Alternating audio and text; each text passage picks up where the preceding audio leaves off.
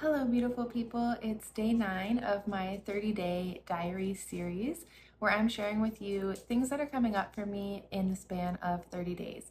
And the purpose of these videos is to kind of just show how we can all go on these ups and downs, these roller coasters of life, if you will. And for me, I felt the nudge to make these videos, and at first I was judging it. My mind was judging it, thinking, what do I have to talk about for 30 days? But now that I'm 9 days in, it has been interesting to witness how each day there is something that's coming up and that's allowing me to practice by sharing with you, acknowledging my inner world and the growth, the change, the obstacles, and the decisions that I go through on a day-to-day basis when choosing to live in alignment with my heart's call, my soul's call, my intuition, my body's wisdom, whatever you want to call it, by choosing to live in alignment with this deeper wisdom, this deeper intuition within me, and choosing that again and again over the fear-based programming that I believe our mind oftentimes tries to feed us. It's been interesting to see how each day really is an initiation or an opportunity to choose even deeper and to step into even greater alignment with this version of the life that I value as important. And today what I want to share with you is how in my world I have been noticing how the contrast has been getting really highlighted to me. Now, what do I mean by contrast? I mean the things that I'm seeing in my external reality that are no longer in alignment with my internal reality are being shown at a greater contrast. So I'll give you an example. This morning I was meeting a friend for brunch and we decided on a location that I had not been to before. I don't believe she was there before either. And I arrived early and I got my drink and I sat down, and within 10, maybe not even minutes of being there, I felt that it was out of resonance for my body. I didn't feel at ease there. And oftentimes we can be in situations like this and choose to override that and choose to stay anyways, for example. But for me, it was the way that the music was playing super loud, the way that these conversations were taking place around me, and everyone was having to raise their voice because it was so noisy in there. I just felt disconnected from myself and I felt like I needed to leave, but I had ordered my drink in a cup for there. So it was in an actual glass cup. And my friend hadn't arrived yet, and I felt a little bit bad thinking, oh my gosh, she's going to arrive and I already want to leave. So I had that internal battle, if you will, going on in my inner world. And I ended up going with what my body was telling me, and my body was saying, I can't stay here. I'm uncomfortable here. This isn't a conducive environment for me, and I feel unembodied. I feel like I'm having to escape my body in order to stay in this physical place because it's just too overwhelming. It's too overstimulating. So when my friend arrived, I told her, and she was like, of course, we can go somewhere else.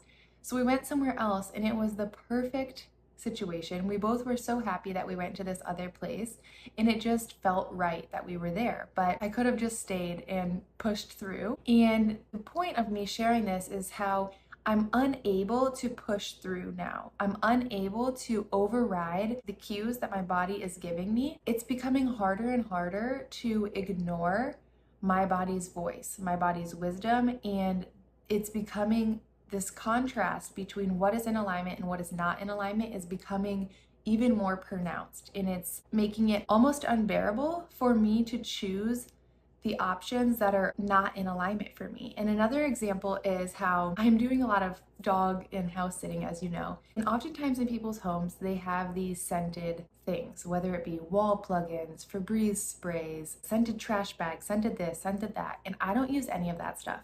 I am so clean and pure when it comes to household items, bodily items, things that I consume. And I just am not okay with breathing in all of those chemicals. So I realized once I started doing this more often how many people have these things plugged into their walls. And at first I felt uncomfortable going into a stranger's house and asking them to unplug those scented things or to unplug them myself. I didn't want to be disrespectful, but I ended up getting to the place where I knew that I needed to just speak up and share this with people so that I could stay in alignment with what my body is communicating to me. And I was really nervous about that, but the first person I brought it up to was like, oh, of course, no problem. Like, I'm happy to take them out while you're staying here. And so these are just simple things that we sometimes override, we sometimes push through because we don't want to rock the boat. We don't want to make someone else uncomfortable. We don't want to stand out. But the point is, and the point that I'm making for myself is, it's okay to rock the boat. Sometimes you're the one meant to rock the boat, to wake someone else up, to give someone else greater perspective, and if nothing else, to just stay in alignment with your innate divine truth. And if you're not choosing it for yourself, no one else will and no one else can. So I'm glad that I'm seeing this contrast, but at the same time, it can be overwhelming because it's in other areas too, where sometimes I don't necessarily have the full control over the situation, but it's being highlighted to me to greater and greater degrees where we as a society, and I personally, have maybe been living out of alignment with our natural state, my natural state. And on a collective level, this example has been shown to me in the pesticides that we spray on our crops, on our grass. And I saw a sign the other day that said, stay off the grass, toxic or poisonous for pets, people, and children.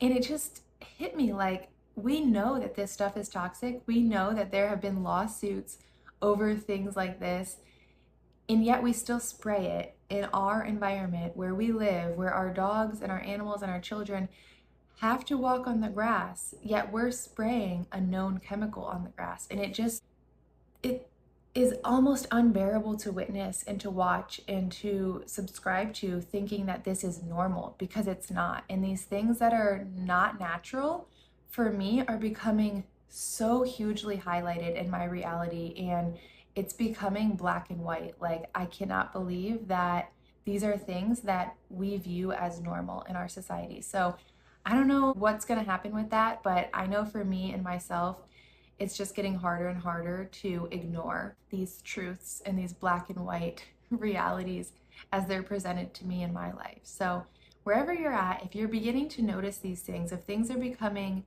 highlighted to you where they're out of alignment, where they don't resonate with your frequency and where you're at, I encourage you to find the courage and use your voice to speak up for what you need, at least for yourself. Because like I said, no one else can make those choices. No one else can stand up for you if you're not vocalizing what is in alignment for you and what you're okay with and what you're no longer standing for.